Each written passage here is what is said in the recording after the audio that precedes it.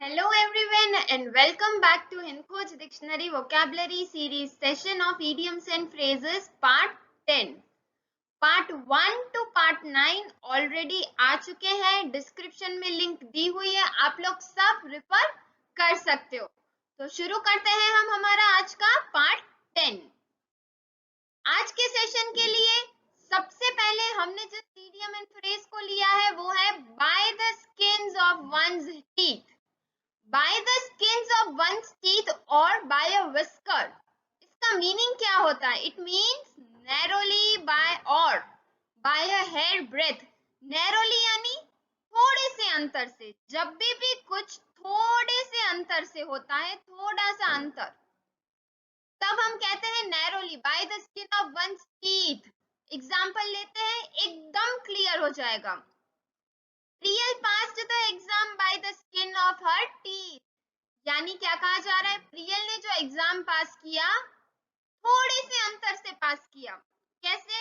100 marks का paper था प्रियल का, अब उसमें आप समझिए 35 पासिंग मार्क्स थे, और उस सब्जेक्ट में प्रियल को कितने मार्क्स आए समझिए, फॉर एग्जांपल 37 मार्क्स आए। तो 35 और 37 के बीच में थोड़ा सा ही अंतर है, तो उस अंतर को हम कहेंगे by the skin of one's teeth, narrowly. Narrowly she just passed by the skin of her teeth, या फिर we manage to complete the project on time by the skin of our teeth. जो company ने project दिया था उसे हमने complete किया, कैसे? On time by the skin of one's teeth. 12 बजे सबमिट करना था और 11 बजे ही जस्ट कंप्लीट हुआ by the skin of one's teeth. Clear है? यस। फिर नेक्स्ट आता है to be on one's mind. To be on one's mind का मीनिंग क्या होता है? To worry about something. जब भी हम किसी चीज को लेके चिंतित रहते हैं, दिमाग में वो चीज घूमती ही रहती है, ये हुआ था, क्यों हुआ, कैसे हुआ, अब क्या होगा, तब हम कहेंगे to be on one's mind. To worry about something, किसी चीज, किसी वस्तु, किसी समस्या, किसी बात को लेके टेंशन में रहना, लगातार उसके बारे में बार बार सोचना, बार बार सोचना, तब हम कहेंगे to be on one's mind. Right? कभी भी हम एक ही चीज को लेके सोचते रहते हैं, सोचना, तब हम कहते हैं to be on one's mind. Example लेते हैं, on this matter the whole party is entirely of one mind. ये जो मैटर था पार्टी का, होल पार्टी, उस मैटर को लेके वो पूरी पार्टी, अभी तक उस पार्टी में जो भी कुछ भी हुआ अभी तक मेरे दिमाग में चल रहा है, घूम रहा है। To be on one's mind, उनके दिमाग में आज भी उस चीज की टेंशन है, लगातार है। Okay, yes. फिर नेक्स्ट आता है ब्रिक्स एंड मोटर्स। अब हमें समझना है ब्रिक्स एंड मोटर, उसका मीनिंग हमेशा से क्या होता है? बिल्डिंग्स। जब भी हम किसी चीज, मतलब किसी बिल्डिंग को रिलेट कर रहे हैं या उसे एड्रेस कर या उसके बारे में बोल रहे हैं, उस सिचुएशन में हम सेंटेंस में बिल्डिंग की जगह पे ब्रिक्स एंड मोटर, इस इडियम एंड फ्रेज का यूज कर सकते हैं। एक एग्जांपल लेते हैं, एकदम क्लियर हो जाएगा। We feel that bricks and mortars are solid investment. हमें ऐसा लगता है कि बिल्डिंग्स में डालना पैसे वो एक सॉलिड इन्वेस्टमेंट है। तो यहाँ पे उन्होंने क्या किया? Instead of saying we feel that buildings are solid investment, उन्होंने कहा bricks and mortars are solid investments. Clear? एक और एग्जांपल देखते हैं।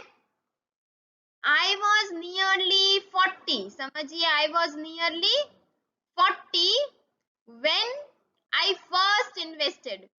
When I first invested in what? Invested in buildings. Instead, I'll say in bricks and mortar. In bricks and mortar. I was nearly 40 जब मैंने पहली बार buildings में invest किया। तो मैं क्या बोल रही हूँ? मैंने पहली बार ब्रिक्स एंड मोटर में इन्वेस्ट किया, यानी वो क्लियर हो गया कि ब्रिक्स एंड मोटर यानी मैं बिल्डिंग की बात कर रही हूँ, पहली बार मैंने बिल्डिंग में इन्वेस्टमेंट किया। क्लियर? यस। फिर नेक्स्ट आता है blow hot and cold. Blow hot and cold यानी सपोर्ट एंड अपोज, यहाँ सपोर्ट एंड अपोज ऐसा क्यों बोला गया है? ब्लो हॉट एंड कोल्ड यानी कोई ऐसा व्यक्ति जिसका डिसीजन लगातार चेंज होता है, लगातार।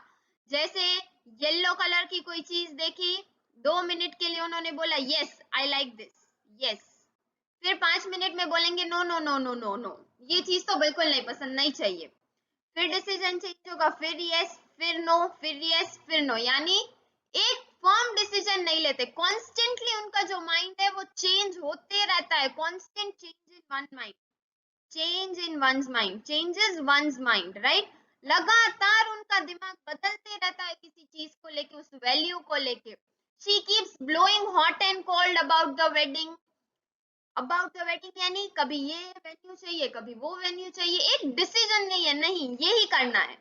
तो ऐसा कब होता है? जब हम काफी एक्साइटेड होते हैं किसी चीज को लेके, काफी एक्साइटेड होते हैं, उस चीज में काफी ज्यादा इंटरेस्टेड होते हैं और एंथुसियास्टिक होते हैं, यस ये होगा, यस, तो उस एक्साइटमेंट में हम एक फर्म डिसीजन नहीं ले पाते, चेंज होते रहता है डिसीजन, तो वो होता है blow hot and cold, to change one's mind constantly, support and oppose. यहाँ पे जो एग्जांपल लिया है एक बार उसे भी देख लेते हैं। I can't tell what he wants, मैं नहीं बता सकती उन्हें क्या चाहिए, why? Because he keeps blowing hot and cold, क्योंकि वह हमेशा ही कभी हाँ कभी ना, कभी हाँ कभी ना करते ही रहते हैं, तो उन्हें क्या चाहिए भाई, वो तो कोई नहीं, मैं तो नहीं बता सकती, ऐसा। क्लियर है? यस। फिर नेक्स्ट आता है bite one's lips. Bite one's lips, इसका मीनिंग हुआ to control anger. Control what? Anger, गुस्से पे काबू रखना, गुस्सा बहुत आ रहा है लेकिन उसे कंट्रोल करना और आगे बढ़ जाना, अपने गुस्से को काबू करना, right. You stop yourself from saying something that you want to, क्यों? आपको कुछ कहना है लेकिन आप नहीं कहोगे, क्यों? क्योंकि आपको पता है उस सिचुएशन में वो बोलना, उस सर्कमस्टेंसेस में वो बोलना गलत तरीके से लिया जा सकता है, उसे कहा जाता है बाइट वंस लिप्स, इसीलिए कंट्रोल करके आगे बढ़ जाते हैं। एग्जाम्पल लेते हैं, if someone tries to provoke you, provoke का मीनिंग क्या होता है?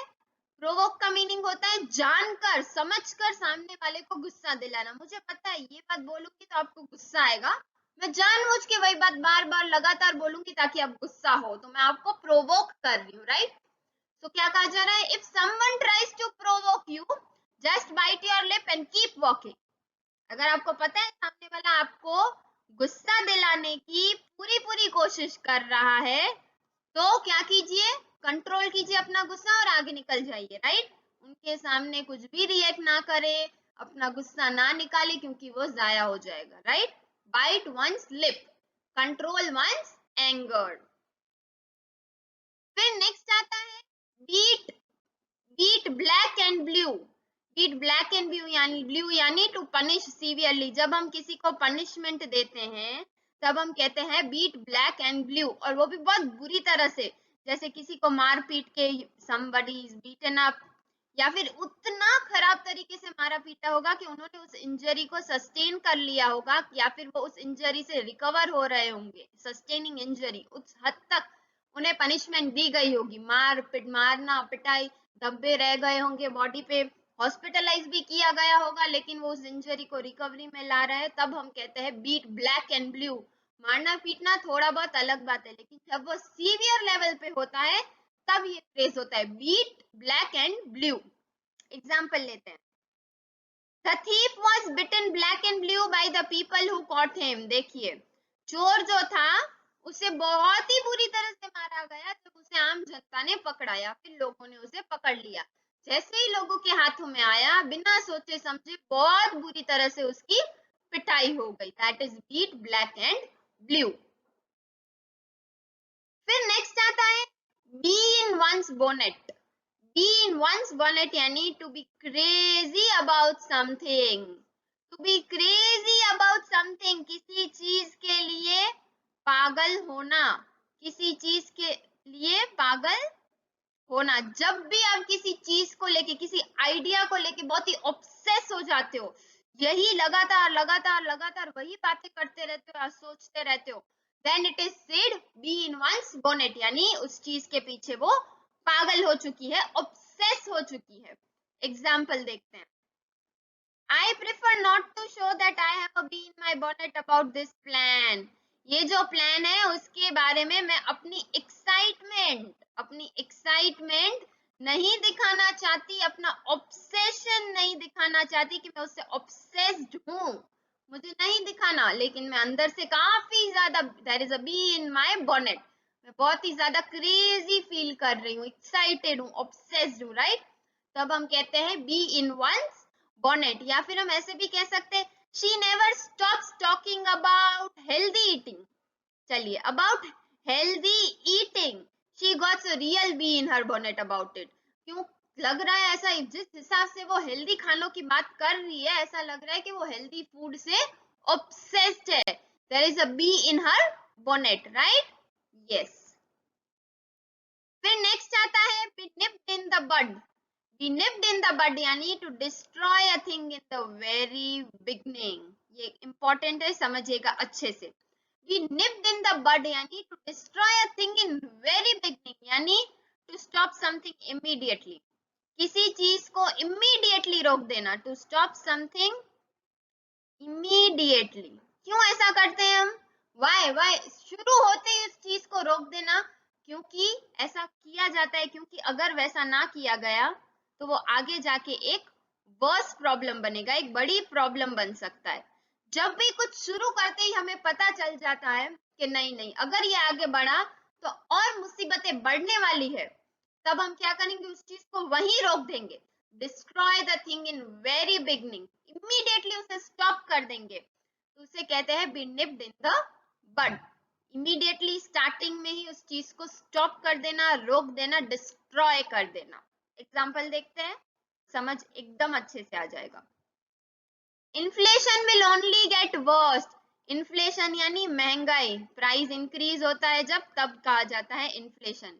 जब अगर इन्फ्लेशन जो बढ़ोती है प्राइस में वो खराबी होती जाएगी, क्यों? अगर if the government doesn't do something right now to nip it in the bud, अगर सरकार ने, अगर गवर्नमेंट ने अभी कोई एक्शन नहीं लिया महंगाई पे, तो ये महंगाई आसमान छू जाएगी और सिचुएशंस और भी खराब हो जाएगी। तो गवर्नमेंट को इसे यही डिस्ट्रॉय कर देना चाहिए, in the very beginning, in the very beginning, be nipped in the bud. Clear है? Yes, very good. फिर नेक्स्ट आता है to be above board. To be above board यानी to be honest in any business deal. Above board, to be above board यानी जब भी कोई business terms में आप हो तो आप काफी ऑनेस्ट हो, काफी ओपन हो, अपफ्रंट हो, यानी आप ईमानदार हो, ईमानदार, राइट। किसी भी चीज को लेके ईमानदारी दिखाना उसे कहा जाता है to be above board, business deal में ईमानदारी दिखाना। एग्जाम्पल लेते हैं, the whole process is open and above board as it was not before. अभी जो बिजनेस का होल प्रोसेस है, जो भी पूरा प्रोसेस है, that is above board, right. क्यों ऐसा कहा जा रहा है दैट इज अबव बोर्ड? पहले वैसा नहीं था, लेकिन अब सब कुछ ईमानदारी से है और स्पष्ट है, क्लियर है, सबको सब कुछ पता है। To be above board. Next आता है by and large. By and large यानी ऑन द होल या फिर speaking generally. By and large का मतलब होता है मोटे तौर पे, मोटे तौर पे, राइट। जब हम ऐसे कहते हैं कुछ भी मोटे तौर पे, तब हम कहते हैं बाय एंड लार्ज। जैसे by and large I am saying कि आज का सेशन आपको आपकी वोकैबुलरी बिल्डिंग के लिए काफी हेल्पफुल होगा। वैसे तो मैं ये सारे फ्रेजेस समझाते जा रही हूँ, लेकिन ऑन द होल अगर आपने अच्छे से समझ लिया इन वर्ड्स को तो आपके लिए काफी अच्छा रहेगा। सो ऑन अ होल में क्या कह रही हूँ, हिंद खोज पे जितने भी सेशंस आ रहे हैं आप रेफर करते रहो तो आपकी वोकैबुलरी बिल्ड होती रहेगी, आपको आपके एग्जाम्स में ये सब कुछ काम आएगा। Speaking generally, right. एक एग्जाम्पल यहाँ पे जो लिया है वो ले लेते हैं। We are pleased by and large, on the whole यानी मोटे तौर पे we are pleased with our new house। जो हमारा नया मकान है उससे हम खुश है, लेकिन we are going to remodel the kitchen and give it a good paint job। अच्छा है घर, लेकिन हम ऐसा ही कहते हैं, लेकिन हम क्या सोचते हैं, मैं पेंट भी करा लूंगा और किचन का रिनोवेशन करा लूंगा, फिर सब कुछ ठीक हो जाएगा। तो we are pleased by and large, on the whole हाँ अच्छा गण है, हमें पसंद आया। क्लियर है? यस। तो ये हमारा आज का सेशन था। उम्मीद है आपको अच्छे से समझ आ गया होगा। तो इस वीडियो को लाइक, कमेंट और शेयर कीजिए। हिंदखोज के पेज को अगर सब्सक्राइब अभी तक नहीं किया तो तुरंत कर लीजिए और बेल आइकन प्रेस कर लीजिए, ताकि हमारा नेक्स्ट वीडियो जब भी आए आपको नोटिफिकेशन इमीडिएटली मिलता रहे। तो अब हम फिर मिलेंगे नए सेशन में नए वीडियो के साथ। धन्यवाद।